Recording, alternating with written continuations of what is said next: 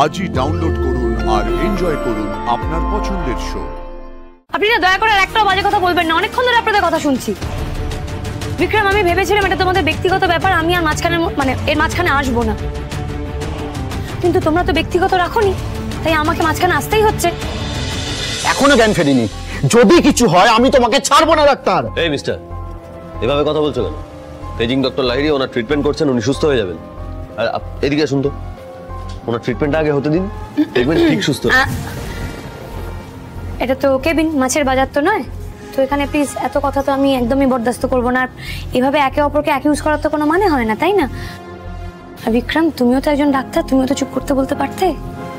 ভাই, তোমার ভয়টা কিসের? হ্যাঁ, মানে ওর জ্ঞান ফিরছে না বলে, নাকি জ্ঞান ফিরলে মুখোমুখি হতে হবে সেজন্য? ভয়? কিসের ভয়? আমাকে দেখে মনে হচ্ছে আমি ভয় পাচ্ছি। দেখো বিক্রম, সেটা শুধু আমি একা বুঝতে পারছি তা নয়, এখানে আরো যারা আছে সবাই টের পাচ্ছে, তাই জন্যই কিন্তু তোমার উপর চেপে বসছে, তাই না? আমাদের বিষয়ে কেউ কিছু জানে না, আর জানে না বলেই চেপে বসতে পারছে। এই জ্ঞান ফিরছে?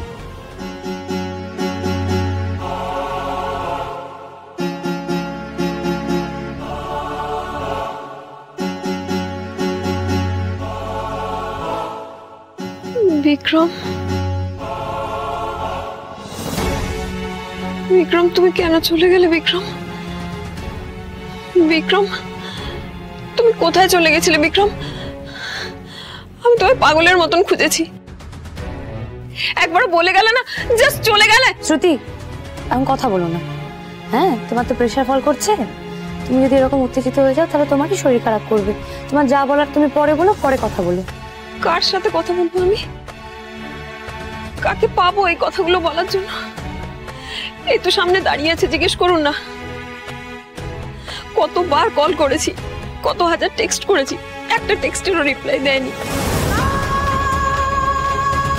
আমার একটা কল রিসিভ করেনি। রিসিভ করা তো দূরে থাক, এখন আর কলই যায় না।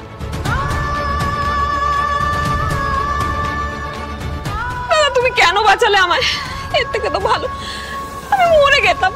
এই কথাটা শোনা একজন দাদার কাছে কি সেটা আপনি বুঝতে পারছেন ডাক্তারবাবু? আমি বাঁচবো না। বিক্রম আমার জীবনে ফিরে না এলে আমি খাবো না, আমি এক বিন্দু জল খাবো না। বিক্রম, বিক্রম, বিক্রম, তুমি ওকে সামলাও। ও যদি মেন্টালি স্টেবল না হয়, ওকে কিন্তু আমাদের পক্ষে সুস্থ করাটা সম্ভব হবে না। প্লিজ ওর সাথে কথা বলে নাও তুমি। শোনো, তোমাদের যা সমস্যা আছে তোমরা মিটিয়ে নাও প্লিজ। তাহলে আমরা সবাই বাইরে যাই, ওরা দুজন কথা বলুক। চলুন বাইরে। দিদি, দিদি আপনি কোথাও যাবেন না। দিদি, দিদি আপনি থাকুন। দিদি আপনি যাবেন না।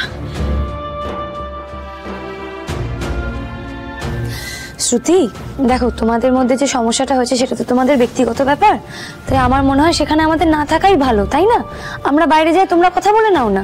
দিদি বলে ডেকেছি আপনাকে, দিদিকে তো সব কথা বলা যায়, আপনাকে অন্তত সব কথাগুলো বলে যাই।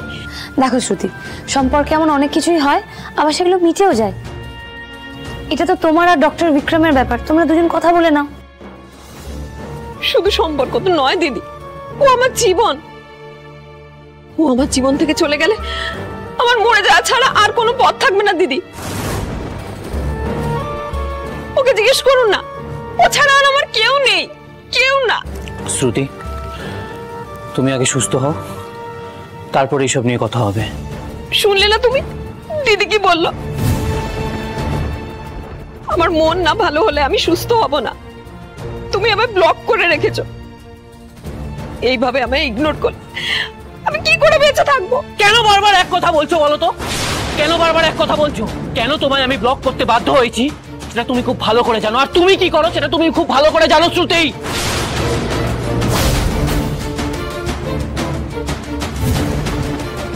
ভালোবাসি তোমায়, আমি যা করেছি ভালোবেসে করেছি।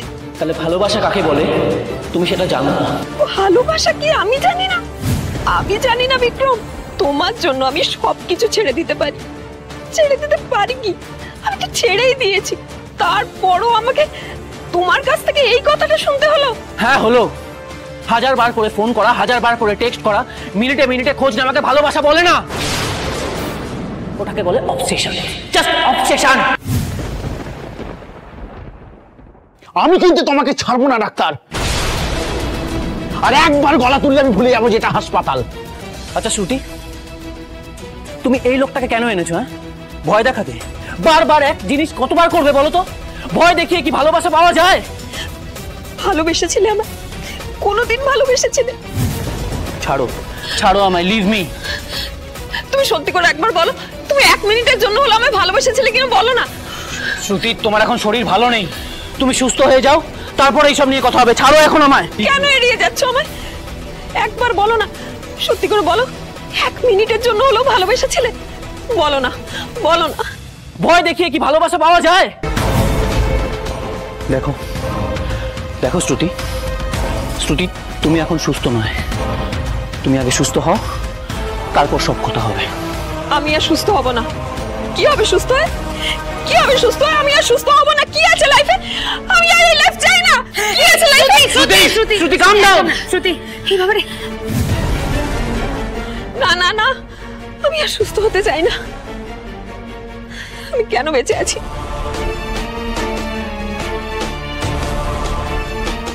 ওকে ঘুমের ওষুধ দিয়ে শান্ত করা ছাড়া আর তো কোনো উপায় নেই আমার কাছে। আমি ছাড়বো না ডাক্তারবাবু, আমি ছাড়বো না। শুনুন, এই ছেলেটা আমার বোনকে ঠকিয়েছে, মেলামেশা করে নিয়েছে, এখন মন উঠে গেছে, ব্যাস ছুঁড়ে ফেলে দিয়েছে। এই একদম চুপ, হ্যাঁ, জাস্ট একদম চুপ।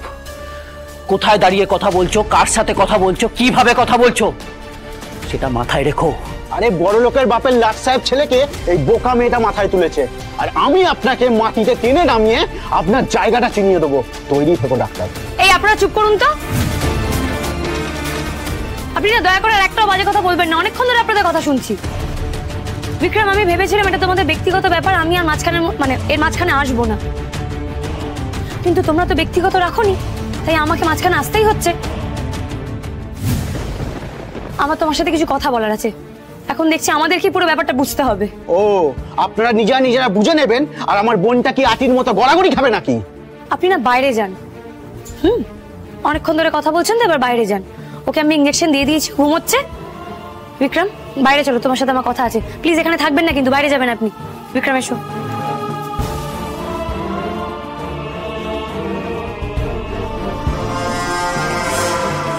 কে থাকবে আর কে চলে যাবে সেটা তো বলবে শ্রুতি।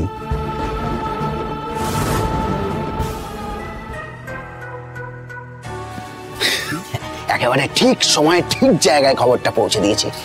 এবার দেখো বিক্রম, খবর ওনাদের হুল কেমন করে ফোটে।